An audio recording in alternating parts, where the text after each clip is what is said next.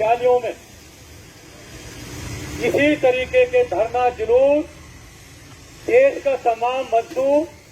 जो CI2 के साथ जुड़ा है तो पिछले कल से कर रहे हैं।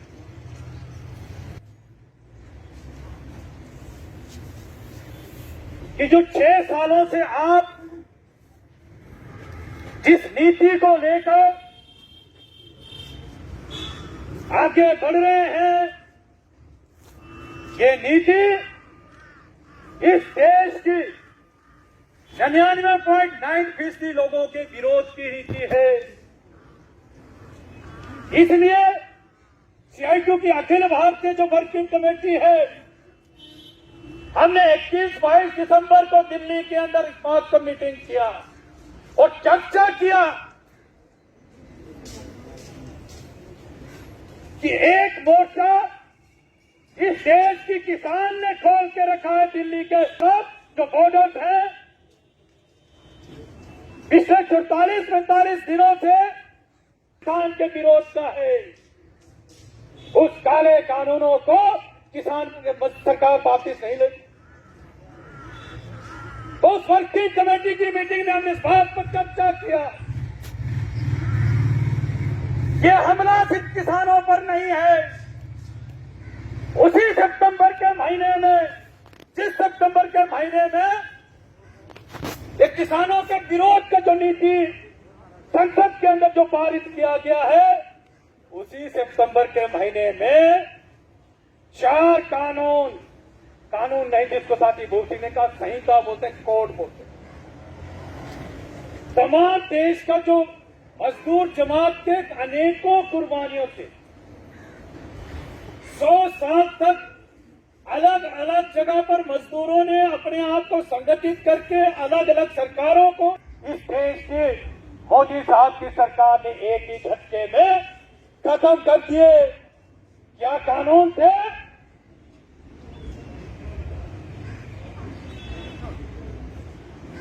पहली बात, अरे आज से 136 में 1836 के अंदर दुनिया की पहली बार मजदूरों ने इस बात को लेकर आवाज उठाया। बैठ सकते तो बैठ जाओ, थक गए थे, आराम से बात कर। 8 घंटे के काम को लेकर बड़ी कुर्बानी दी। 10 मजदूरों की शहादतें हुई, फांसी के फंदे पर झूमे और दुनिया के तमाम मजदूर वर्ग को अमेरिका के उस शहर से यह संकेत किया कि 8 घंटे का काम जो है मजदूर का भी तय होगा, और मजदूर ने हासिल किया। हमारे देश के अंदर भी अंग्रेजों से लंबी लड़ाई लड़के इस मजदूर ने हासिल किया 12 घंटे के काम को लेकर 8 घंटे जो किया। लेकिन नए कानून के अंदर अब क्या बात बोल रहे हैं कि अब काम के घंटे 12 होंगे। ये हिंदुस्तान के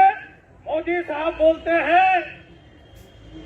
कि 8 घंटे के बाद देश और विदेश का जो पूंजी है, पूंजीपति है,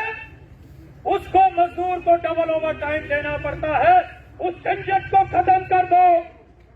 हमने तो उनकी सेवा करनी है, इसलिए 12 घंटे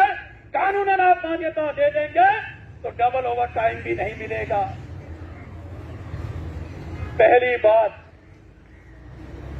ये बोला, ये काम करना चाहती, इसलिए पिछले 6 साल में आप देखो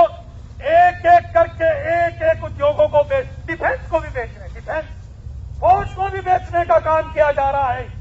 जिस फौज ने इस देश की सीमाओं पर रहकर जो है अपने प्राणों की कुर्बानी देकर जो है वह तैनात रहते हैं, उसको भी बेचने का काम कर रहे हैं। उससे कारखाने भी बिक रहे हैं, 41 कारखाने जो तोप, टैंक और अस्पताल नहीं बचेगा, बैंक भी प्राइवेटाइज हो जाएगा, रेल भी निजीकरण कर देंगे, बस की क्या बोलते ट्रांसपोर्ट को भी बेचेंगे, तो बच्चे कहां जाएंगे? नौकरी कहां जाएंगे? नहीं जाएंगे।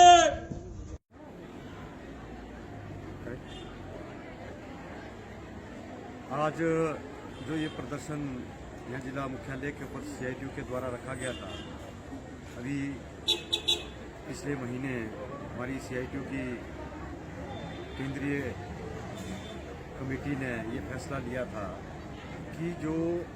बीजेपी की सरकार ने अभी जो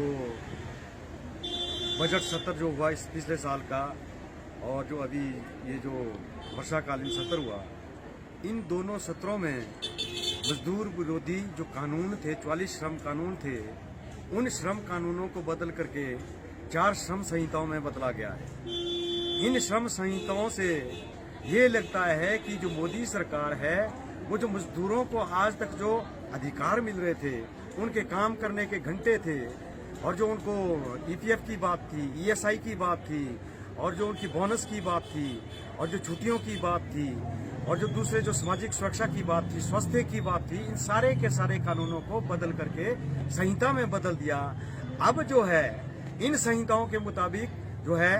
अब काम करने का जो समय है वो ऐसा लगता है कि मोदी सरकार ने सीधे का सीधा अधिकार जो है इस देश के बड़े निगमित घरानों को दे दिया है, अदानी को दे दिया, अवानी को दे दिया कि अब काम करने का जो समय है वो आपके हाथ के ऊपर निर्भर रहेगा, आप कितने घंटे काम लेना चाहेंगे। क्योंकि इससे पहले ये था कि अगर आप 8 घंटे से ज्यादा कार्य करते हैं तो आपको ओवर टाइम देना होगा। अब उस ओवर टाइम के झंझट से इन संहिताओं के द्वारा उन बड़े पूंजीपतियों को छूट दे दी गई है कि आप जो है वो जितना मर्जी समय ले ले। इसके साथ साथ ही जो आप EPF काटते थे आज तक, EPF नियम थे, उन नियमों में ये था कि आज तक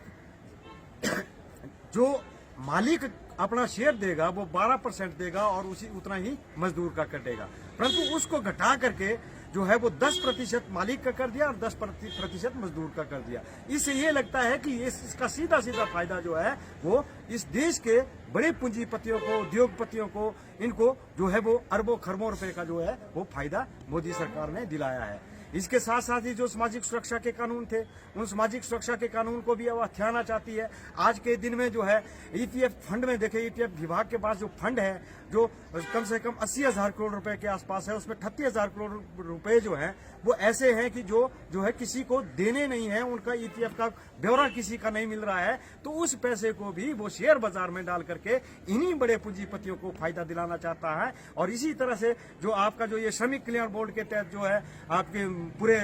देश के अंदर जितने भी राज्य है, उन राज्यों के पास जो पैसा है वो भी अरबों करोड़ रुपया है। उस पैसे के ऊपर अब जो है मोदी सरकार की नजर चली हुई है, नजर पड़ रही है कि भाई इस पैसे को भी हम केंद्र में ला करके इसको भी शेयर बाजार में डाल करके जो बड़े उद्योगपतियों को फायदा जो दिलाया जाए। नहीं तो इस पैसे से आज बच्चों मतलब मजदूर का जो बच्चा था, मनरेगा में जो काम करने वाला था, उनका जो स्कूल में बच्चा पढ़ता था, उनको जो थोड़ा बहुत स्टाइपेंड मिलता था, बीमारी में पैसा मिलता था, शादी विवाह के लिए उनके बच्चों के लिए पैसा मिलता था, अब इस पैसे के ऊपर जो है वो शेयर बाजार के ऊपर निर्भर होना पड़ेगा। और इसमें आप लोगों को ये मालूम है कि शेयर बाजार में जो है वो पैसा जब एक बार जाता है तो वो वापिस नहीं आता है, ये आज तक हुआ है। तो और इसी के साथ साथ खास करके हम अपने प्रदेश के अंदर और देश के अंदर ये देख रहे हैं कि जो मनरेगा है ये भी एक कानून है, और जो मैंने श्रमिक जो कल्याण बोर्ड की बात की ये भी 1996 में कानून बनाया गया है। इन सारे के सारे कानून के ऊपर आज जो है वो मोदी जी की या भाजपा की जो RSS से संचालित की जा रही है सरकार, इन कानूनों को जो है वो निरस्त करने की तरफ जा रही है, ताकि जो है गरीब जनता को जो है वो जो घर के पास जो उनके मुंह के पास जो उनकी पंचायत में काम मिलता था उस काम से भी वंचित किया जा रहा है। क्योंकि सरकार ने उस कानून में ये लिखा है कि भाई जो हर मजदूर को जिसका जॉब कार्ड बना है उसको 100 दिन का रोजगार जो है वो सुनिश्चित किया गया था, परंतु आज जो है वो बड़े खेद के साथ कहना पड़ रहा है कि आज जो 2005 के लेकर के 20 तक इन 15 सालों में किसी भी आदमी को जो है वो किसी भी जॉब कार्ड धारक को जो है वो 1 साल के अंदर वो 100 दिन का रोजगार नहीं मिल रहा है। किसी को 10 दिन का मिल रहा है, किसी को 20 दिन का मिल रहा है, किसी को 15 दिन का। बहुत ही कम लोग ऐसे हैं जिन्हें 100 दिन का रोजगार मिल रहा है। तो इसलिए जो है हम आज यहाँ पर आपके चैनल के माध्यम से जो हमारे जिला का जो मजदूर है उन मजदूरों को ये कह देना चाहते हैं कि जो हमारी जो केंद्रीय कमेटी का फैसला है कि आज के इस प्रदर्शन के पश्चात जो 24 से लेकर के 31 तक जो जत्थेबंदियां होगी, उन जत्थेबंदियों के माध्यम से हम हर मजदूर तक जाएंगे और उस जत्थेबंदियों के पश्चात जो 31 जनवरी के पश्चात जो है हम जो है वो जो राज्य की तरफ जो राज्य की राजधानी है उस राज्य की राजधानी का भी घेराव करेंगे। धन्यवाद।